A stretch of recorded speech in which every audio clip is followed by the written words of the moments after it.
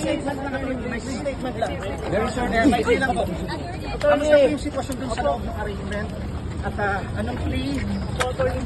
May cellphone na nahulog. Order po ba?